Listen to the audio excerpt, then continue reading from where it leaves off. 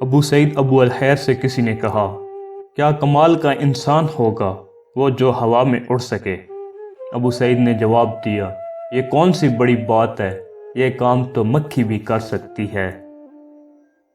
اور اگر کوئی شخص پانی پر چل سکے اس کے بارے میں آپ کا کیا فرمانا ہے؟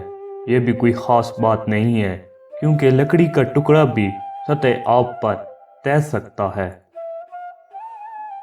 تو پھر آپ کے خیال میں کمال کیا ہے؟ میری نظر میں کمال یہ ہے کہ لوگوں کے درمیان رہو اور کسی کو تمہاری زبان سے تکلیف نہ پہنچے۔ جھوٹ کبھی نہ کہو، کسی کا تمسخر مت اڑاؤ، کسی کی ذات سے کوئی ناجائز فائدہ مت اٹھاؤ، یہ کمال ہے۔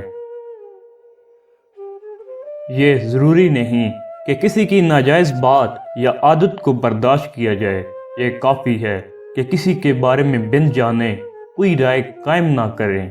یہ لازم نہیں ہے کہ ہم ایک دوسرے کو خوش کرنے کی کوشش کریں، یہ کافی ہے کہ ایک دوسرے کو تکلیف نہ پہنچائیں۔ یہ ضروری نہیں کہ ہم دوسروں کی اصلاح کریں، یہ کافی ہے کہ ہماری نگاہ اپنے عیوب پر ہو۔